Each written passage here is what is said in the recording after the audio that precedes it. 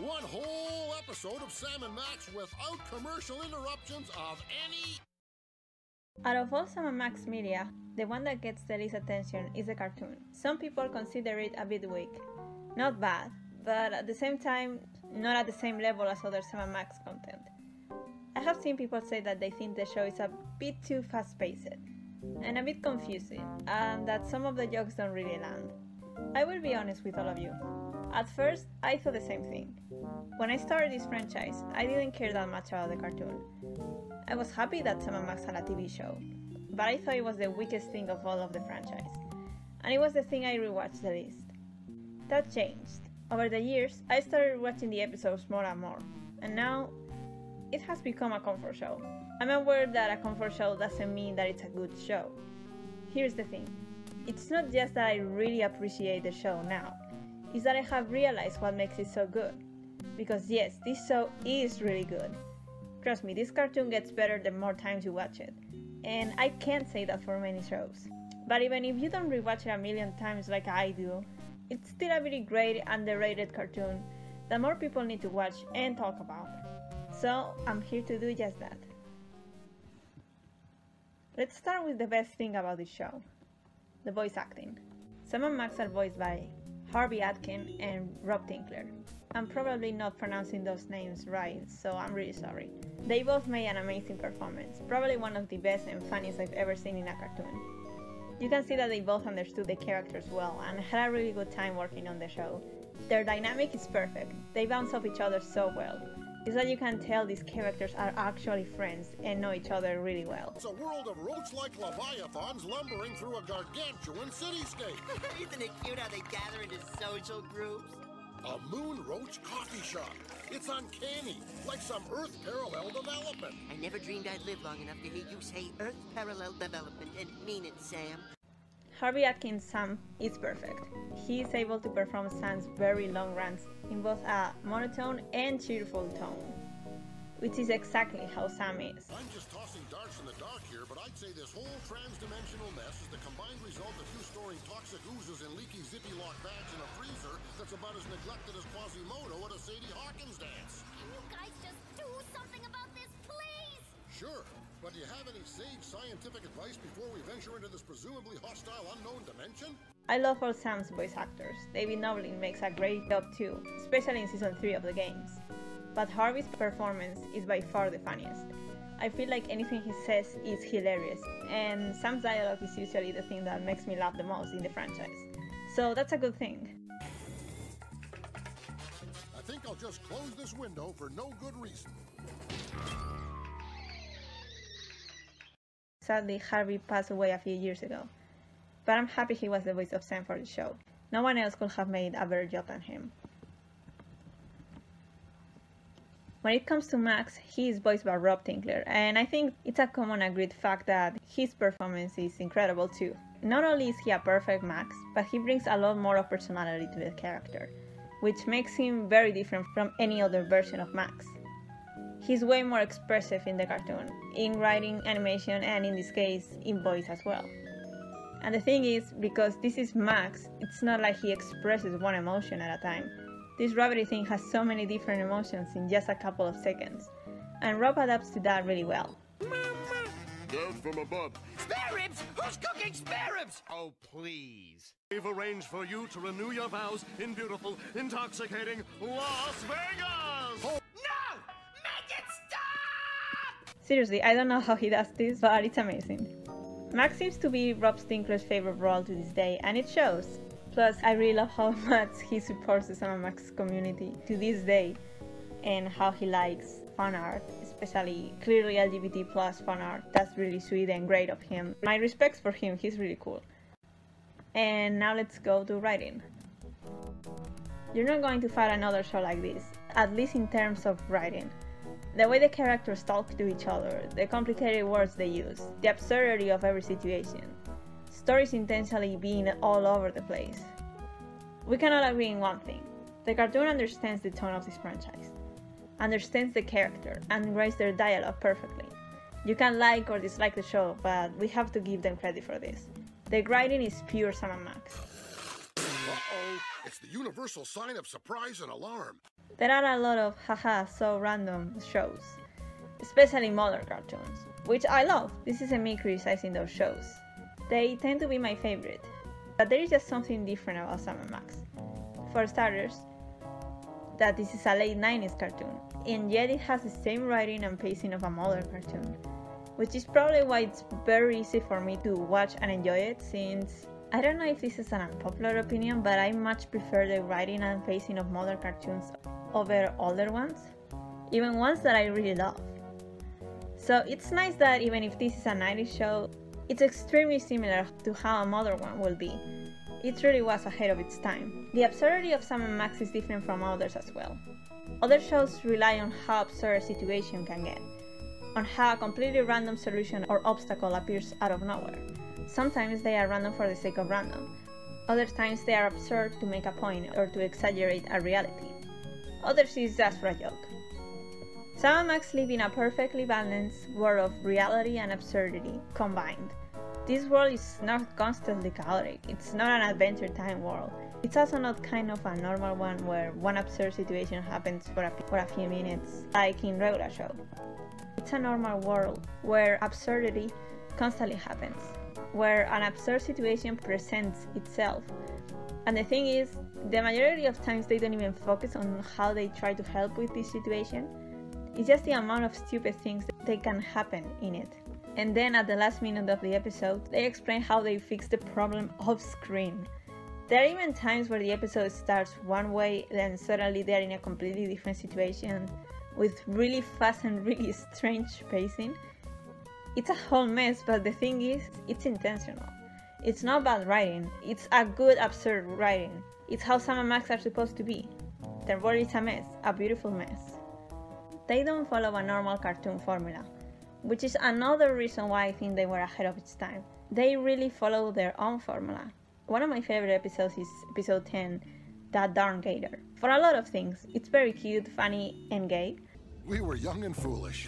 Just kids ourselves, really. What did we know about the care and feeding of infant wildlife? Sure, how hard can it be? I'll name him John, since that's where we found him. And so began our longest journey together. But I also love how they subvert the trope of baby animal sees protagonist and thinks they are their mom, because that doesn't happen here. The baby alligator is terrified of Max when he looks at him for the first time. Sam just assumes the trope I mentioned is what's happening at the moment, and instead of the usual doesn't want to be a parent but becomes attached to the baby by the end of the episode trope, Max's instant reaction is, "You mean we can take him home and raise him as our own?" It's such a small thing, but it's something I notice and I appreciate. I know these characters will always surprise me and not fall into clichés. And we can't forget how the dialogue is completely unique from anything else I have ever seen. Sam and Max speak in their own language. You can tell they have been friends since they were kids. They understand each other so well. Their conversations are like poetry. They use overly complicated terms. They say complicated, absurd facts.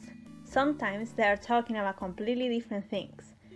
And one of them throws a joke in the middle of the conversation that doesn't even get acknowledged sometimes. But it does get appreciated. This is exactly how friends talk to each other. You did it, guys. You finally got how actual real friends talk to each other.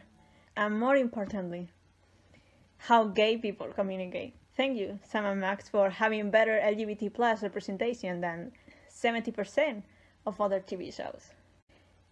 This isn't a joke. Sam and Max are actually married and adopt like 3 kids. You guys seriously need to watch this show. The animation is considered the weakest part of the cartoon, and that's understandable. It clearly didn't have a lot of budget, and they had to adapt to what they had. It doesn't have the smoothest animation ever. It doesn't have the best art style in the world, but I still think it's charming. It has that 90s cartoon feeling, and I mean, it is a 90s cartoon. Part of why this is a comfort show to me is because of the nostalgia it gives me. Even if the first time I saw it is when I was 16 years old. But I don't know, it's perfect in its imperfection. And either way, the writing and voice acting definitely make up for animation issues. I think it's hilarious that some scenes and some episodes have a better animation than others. I don't think it's a problem, I think it's a funny fact. I can see some people having issues with the animation, but nothing too bad. It still is okay, and the art style is appealing to look at, not something that prevents them from enjoying the show, which is the important thing at the end of all of this. Side note. I know I should talk about the music and soundtrack of the show, but I'm not really an expert of that, so I can't really give much of an opinion on this one. It's cartoony, it's very Sam and Max, so I'll just say... I like it. Yeah! But I left the most important thing for last. The characters. A show can have amazing animation, amazing writing, amazing voice actors, and none of that is really important unless the characters are enjoyable. Not saying you can have a good show with this likable protagonist, but it's something that it's possible. But it's true that normally it's better if the protagonists are likable. I can confirm with all of my Sam and Max knowledge that these two are silly, funny, cartoony old guys that are extremely likable even if they can be big jerks. It's true that Sam and Max usually stay very similar in every adaptation, but there are a bunch of differences, especially in the cartoon. Here, Sam is way more chaotic than usual. He is not a bit more normal dude, and Max is the weird one. They are both a perfect relationship of two really equally chaotic guys, even if his way of showing this is a bit different from Max's. Just in time. They brought our food and took Max. So long, little buddy. Bye, Sam! Max is not constantly a jerk. He is very emotional, and he can be very sweet. As always, he is very open about how much he cares about Sam, and how he is always the one exception for everything to him. But overall, he is way better than usual. This is how Max canonically is. He is both adorable and chaotic. I feel like sometimes people forget about that and tend to write him as someone that is too much of a jerk. That's not who Max truly is. I think I'm experiencing the heady bond that can only come from motherhood or loss of blood. But we have to make clear this. It's the relationship what makes these two so good, what makes this show so good. They're completely different from the usual duos you see in any other show. Sam and Max are always on the same page. They never fight. They understand each other, they care about each other, and they are open about how much they like each other. Sure, they are funny, but the reason why they are so likable is because they have a good relationship. They are very sweet to each other, even when they are jerks to one another. Because you can tell it's not mean-spirited. They are not trying to hurt the other. They are both jerks in a way that they both know the other is comfortable with. Pinhead.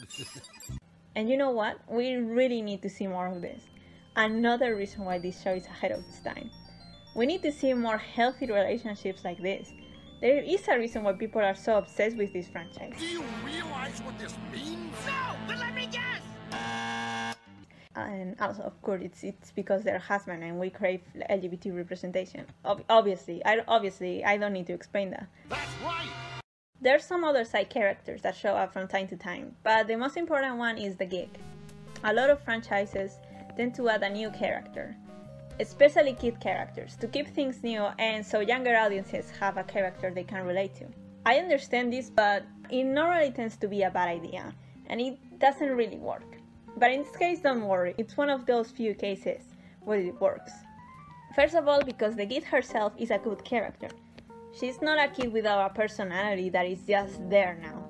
She's a serious, down-to-earth, sarcastic kid genius that contrasts Sam and Max very well. Because while she can get a bit annoyed by them, she clearly cares about them and likes having them around. It's like she's so indifferent to everything that surrounds her that she's not even bothered by the absurd personalities of Sam and Max. Darn you! Darn you all to heck!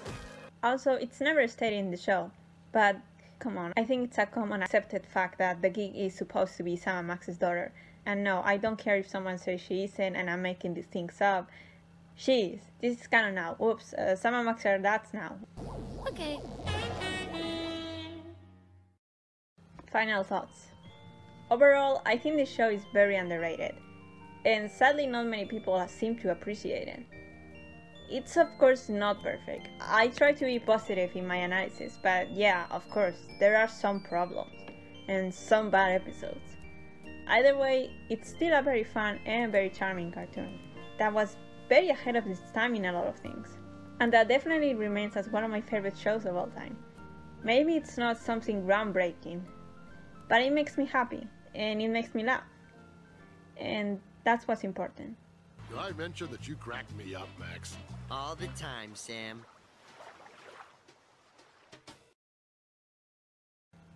Thank you for watching this video. I really want to make more Sam and Max videos. If you haven't checked my first one, here it is, and I hope you enjoy it too. I know I'm still not really good at making videos, and I know the audio is probably not great, but we really need more Sam and Max's videos, and no one else is going to make them, then I will, even if I'm not a professional.